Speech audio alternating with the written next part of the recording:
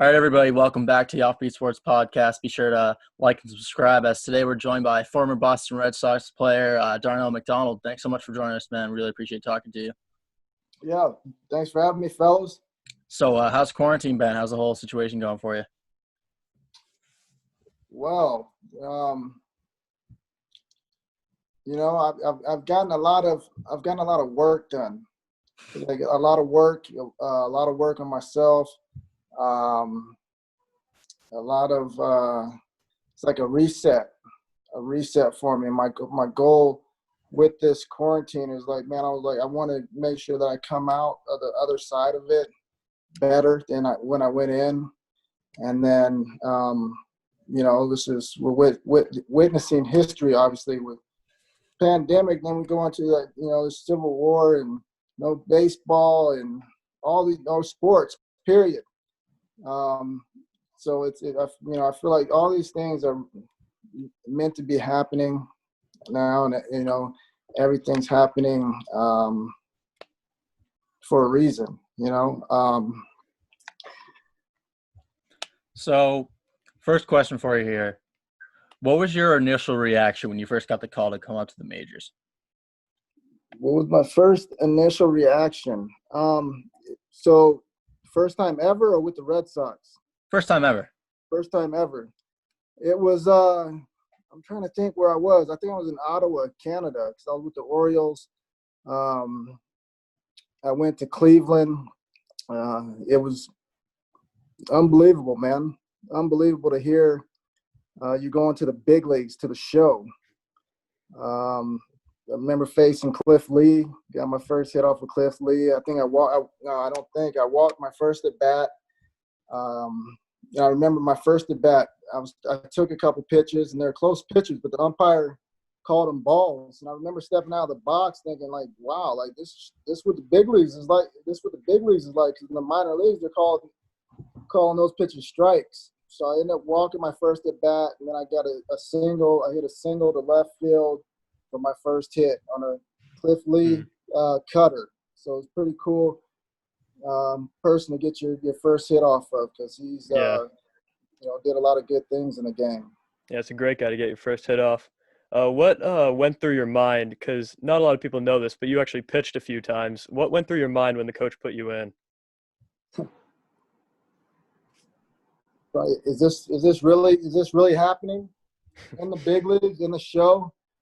No, I think I was trying to go back and forth whether I was going to really try and pitch, Mm-hmm. or I was going to try to throw under the radar of pitching, so really slow. Yeah. So I was like, which one am I going to try to do?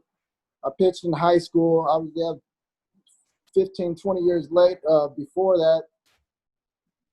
So I ended up getting up there, and I think I walked the first batter or threw, two balls right away. And I was like, damn, it's not as easy as you think to throw a strike, especially in the show. And it's not really fun to be 2-0 to a big league hitter.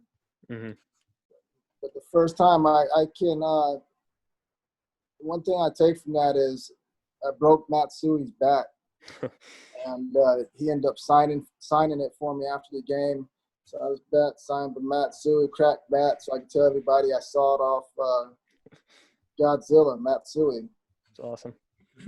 So in your first ever at bat with the Red Sox, you actually hit a home run. Not many guys have done that. And what was your reaction like? What was going through your mind when it happened?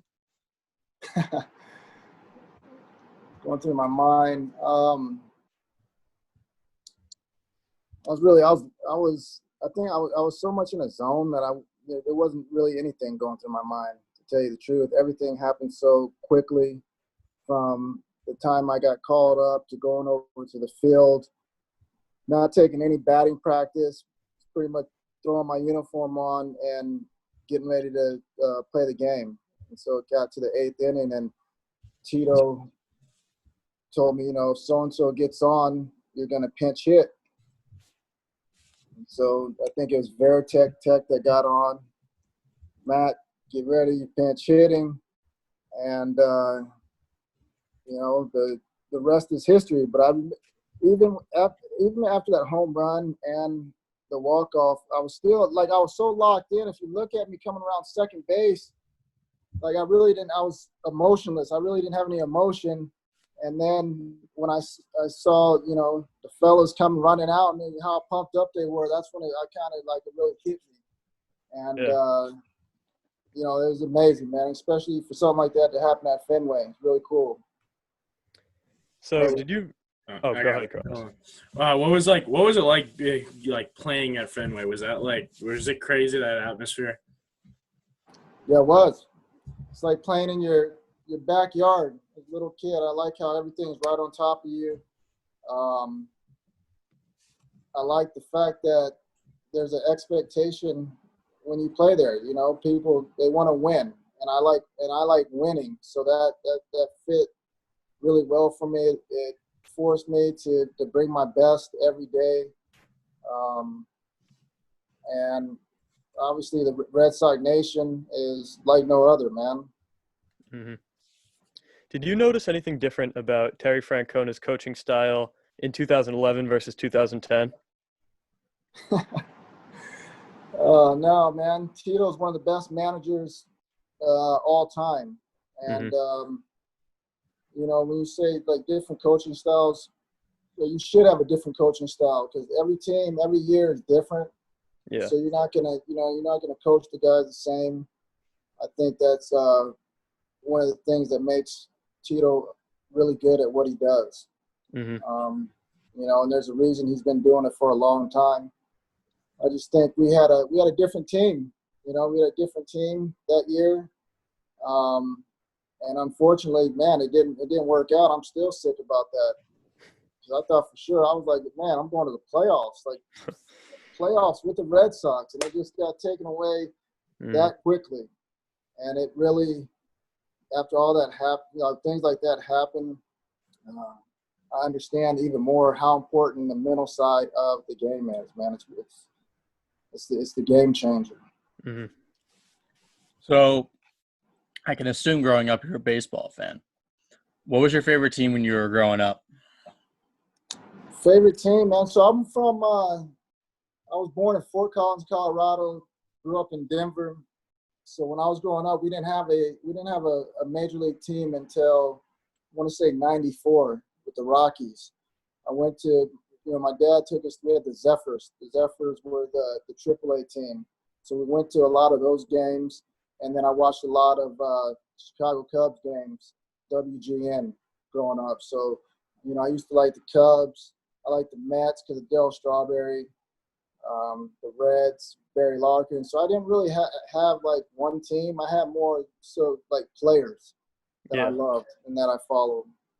Was there one specific player that you could try to model your game after? Yeah, good question, man. There was a lot of them at those times. When I was younger, I played shortstop, so I wanted to be like Barry Larkin, Ozzie Smith. High school, I moved to the outfield, and I think Gary Sheffield was probably my number one guy. I wanted to be Chef. And then you get to the professional level, you get to the big leagues, and man, there's just so many really, really good players. Mm-hmm. Right? So, yeah. Did you have a favorite memory or moment with the Red Sox? And so many that I can't just say one. Obviously the first day, you don't get any better than that. You can't write a script, but it seemed like there was just so many moments like that. Because I was actually that same year, I got designated actually. I wasn't even gonna. I shouldn't say I got designated. I got ready to get designated. They had told me, and so I'm thinking, I'm not even going to be here. And Jacoby couldn't go. Tito calls me at the hotel, says, "Hey, Matt, come back over to the field." And I end up spending, I think, a year and a half more with the Red Sox. So that was obviously a crazy moment. And then there's a time in San Francisco I met a kid, Sam Calloway. He had cancer, and we ended up becoming friends. But he had given me a wristband. Wristband, hit a home run. And sure enough, my first at bat, I hit a home run off of Bumgardner, 1-0, and that was a really special moment. Special moment there. So many, can't name them, and that's the best part about it, man. That was obviously a really probably one of the most fun times I had playing baseball, playing with Boston, and so many good people there, great teammates, and it's really really special, dear to me. Coming into Boston, into the Red Sox organization, was there someone who like kind of mentored you as you were coming up into the big leagues, or coming into the big leagues in Boston? In Boston, so yeah, all of them. Those are champions. Those are winners. Those guys over there. So you get over there, they all, you guys know what it is. The Laser Show, Big Papi, Yep. Uke, man, so many. Killer Cam, that 2010 team. I've never been on a team like that with just so many just good people on there. Like, just good. You guys are just good people. Like, people will talk to you the rest of your life. So we had a lot of fun. But all those guys, that's where I tell people now is where I learned to be a big leaguer, by watching these big leaguers. And again, I like the atmosphere that was created there and the expectation of winning. That was awesome. That was refreshing for me, because in high school, that's what I was used to winning a lot. We won 3 state championships in baseball and 3 state championships in football. And then you go into the minor leagues and we weren't winning, you ain't winning really. I think I went to the playoffs my first year. Del Mar was Showbirds, and I don't think we went to the playoffs one other time, with the Yankees. But so to come into Boston and play with those guys and play at that level, sick. What was it like playing with Papi when you were in Boston? Papi is that's a superstar. When I say superstar, that's probably one of the only guys that you play with, and it doesn't matter where you go, in any state, any country, people know Big Papi. Yep. And it's hilarious. I mean, everybody loves Big Papi, and it's hilarious watching people's reaction. I remember we were in Toronto eating lunch before we going over to the field, and next thing you know, Drake is coming up talking to us, Big Papi. I'm like, man, this is crazy. We got Drake in Toronto, Big Papi, and then we're walking over to the field, and you just hear Big Papi, Big Papi. That's So awesome. it used to have me rolling all the time, but not aside from that. The stuff that he, obviously we know the stuff that he does on the field, but I say this is a superstar celebrity is because of all the stuff that he does off the field, right? Yep. And it's really amazing, man. And the effect that he has on so many people is something that he's impacted a lot of lives, man, and it's really awesome to play and be around someone like that. Yeah. Throughout your career, you kind of bounced around the minors and majors, team to team. Which team change or transition would you say was the most difficult? I love these questions. Guys. You tell me. What do you think? I know. I think I know which one it was. What do you think? Boston to New York. Leaving Boston's always tough. And then you went to the Yankees. Yeah, that's not the best transition. Yeah, that's why you asked me. You want to hear it, huh? Yeah, no, that was the worst, man. That was the worst. again, things come at you really quickly.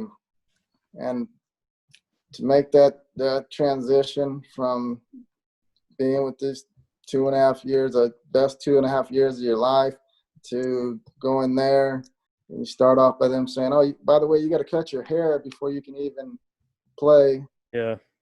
So it wasn't the best experience there. But I will say this about that experience though, because that was probably one of my worst in baseball. But I was We sitting like to at hear home. that though.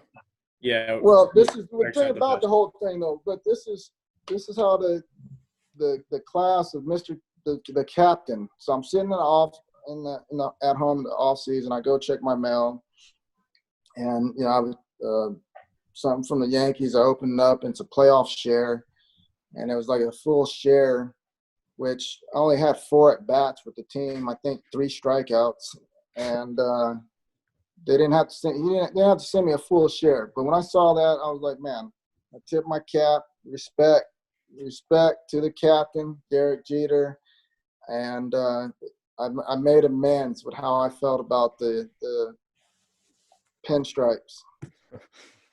I mean, we're not the biggest New York fans, so I think glad to hear that you'd rather have been in Boston. So On another note, I'm a Boston. Yeah, I'm from Colorado. I'm grimy. I like to. It was a tough transition getting cleaned up like that for me. I wasn't ready for that yet. Yep. with the whole, this is not really regular interview, but this is just off to the side. With everything that's going on in the MLB right now, if you were still a current player, would you be comfortable with everything that's going on, and would you want to play? You know what? I can't even answer that because I really don't know all the details of what's going on. I know that, just like you get to a point, end of your contract, you got to do your negotiating and, figure it out. And I know that that's the process that they're in now, which is that's a normal process of what you do at any contract, whatever.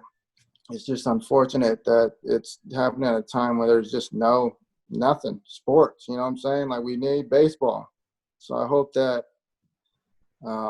something happens soon, because baseball and sports unite people, and we need some positive things going on right now. So I hope, as a player, you guys know, man, I just like playing. Like, I don't give a damn. Like, but there is a business side to it, unfortunately, and you just got to let it play out. All right. Well, I guess with that just about wraps up this episode. Thanks for Darnell for coming to talk with us. We really appreciate it. Thanks, man. yeah, thank you. Thank you, fellas. Yeah, great job, man. Thank you. Great job. Thanks, You man. guys Really appreciate keep it. up the good work. Keep up the good work. Keep going. Appreciate Look it. forward Thank you. to watching it. Thanks for watching. Be sure to watch our other videos. Be sure to like and subscribe. Make sure to follow us on Instagram at offbeat_sports.